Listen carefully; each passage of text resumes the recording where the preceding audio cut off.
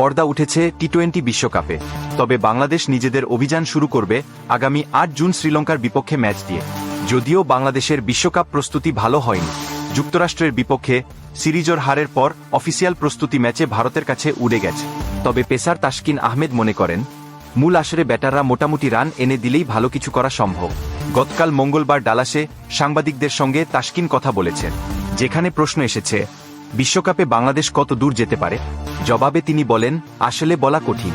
প্রতিটি ম্যাচই জেতার লক্ষ্যেই খেলতে নামে, হয়তো কম বেশি হয় এক এক বিভাগ। ব্যাটিং বোলিং কোথাও না কোথাও ভালো মন্দ হয়েছে। যেহেতু যুক্তরাষ্ট্র সিরিজ ও প্রস্তুতি ম্যাচ খেললাম, মোটামুটি একটা ধারণা পেয়েছি কিভাবে খেলতে হবে। আশা করি এগুলো সামনের ম্যাচগুলোয় সাহায্য করবে। যদি আমরা মোটামুটি রান করতে পারি, আমাদের পক্ষে ভালো কিছু সম্ভব।